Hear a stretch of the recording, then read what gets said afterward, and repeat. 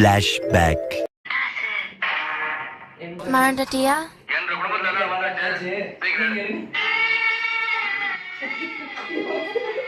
தம்பி காமெடி வேண்டாம், நான் சொல்லிட்டேன். நானு காமெடி பண்ணாத.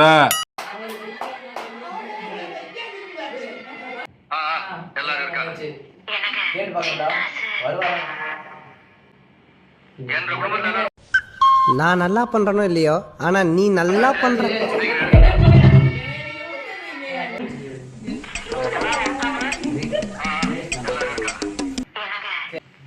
எல்லாரும் வந்துட்டாங்கல்ல? எல்லாரும் இருக்காங்க. என்ற குடும்பத்துல எல்லாரும் வந்தாச்சு. சீக்கிரம் ஓகே டேக் ஓகே.